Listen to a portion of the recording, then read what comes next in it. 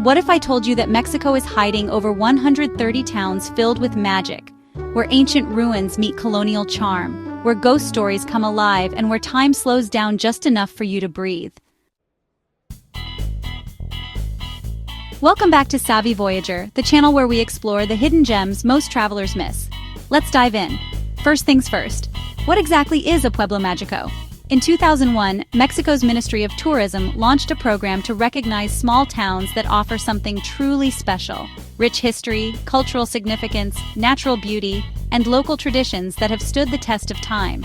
But not every charming town makes the cut. They must meet strict criteria like cultural preservation, community involvement, infrastructure for tourism, and deep historical value. Over 2 decades later, there are now more than 130 magical towns across Mexico, and no two are the same. Let's kick off with one just a couple hours from the capital. Tucked in the hills near Mexico City is Valle de Bravo, a lakeside haven that feels like a Mexican fairy tale. Imagine strolling through colonial-era streets lined with terracotta rooftops, then looking up to see paragliders soaring over the lake.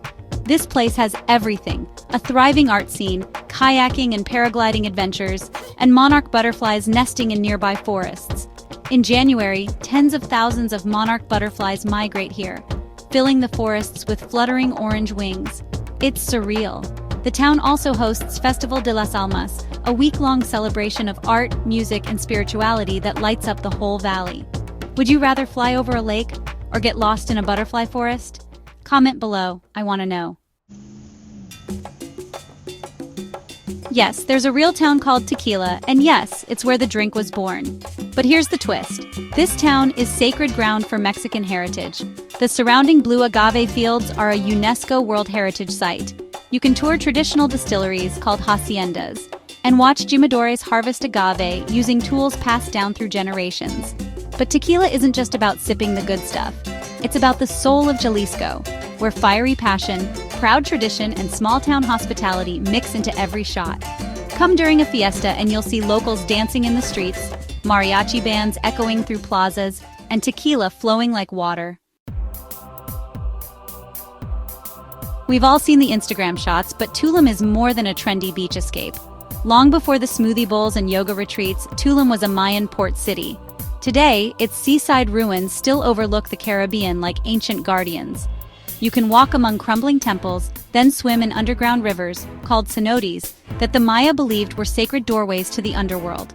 It's also one of Mexico's leading ecotourism hubs, with solar-powered boutique hotels, indigenous-run tours, and honestly, some of the freshest ceviche on the coast. This is where ancient spirituality and modern comfort exist side by side. Tulum is still magical, if you know where to look. Up in the highlands of Chiapas lies San Cristobal de las Casas, a town where the air feels colder and the culture runs deeper. You'll find streets buzzing with tzotzil and Zeltal-speaking locals, wrapped in hand-woven shawls. The markets here are overflowing with color: textiles, amber jewelry, medicinal herbs, and hand-carved masks. But this place also has a quiet reverence to it. Churches are filled with candles and pine needles, indigenous traditions are practiced openly, and the town becomes a hub for travelers seeking connection and reflection. It's the perfect base for exploring Sumidero Canyon, waterfalls, and hidden indigenous villages. Last stop, Real de Catorce, and this one's unlike anything else on the list. Once a booming silver town, Real was abandoned in the early 1900s. Today, it's a semi-ghost town surrounded by desert mountains, and it's eerie in the best way. To get there, you drive through a 1.5-mile tunnel carved through solid rock. You can explore on horseback, hike to sacred pilgrim sites, or just wander the empty, windswept streets. It's a place of spiritual energy, desert beauty, and quiet mystery. If Mexico has a soul, you'll find a piece of it here. So what's it really like to visit a Pueblo Mágico? It's not about flashy attractions, it's about connection. You'll taste tamales made from 100-year-old recipes.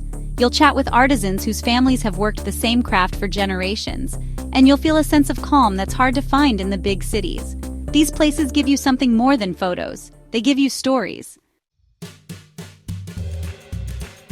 So whether you're looking for ancient ruins, mountain lakes, tequila trails, or desert magic, There's a Pueblo Mágico calling your name. With over 130 to choose from, this was just a taste. Tell us in the comments, which one is now at the top of your bucket list? Like this video if you discovered somewhere new. Subscribe for more deep dives into hidden gems, cultural legends, and travel tips from around the world. Thanks for watching. And remember, magic doesn't always live in castles. Sometimes it's just hiding in the heart of Mexico.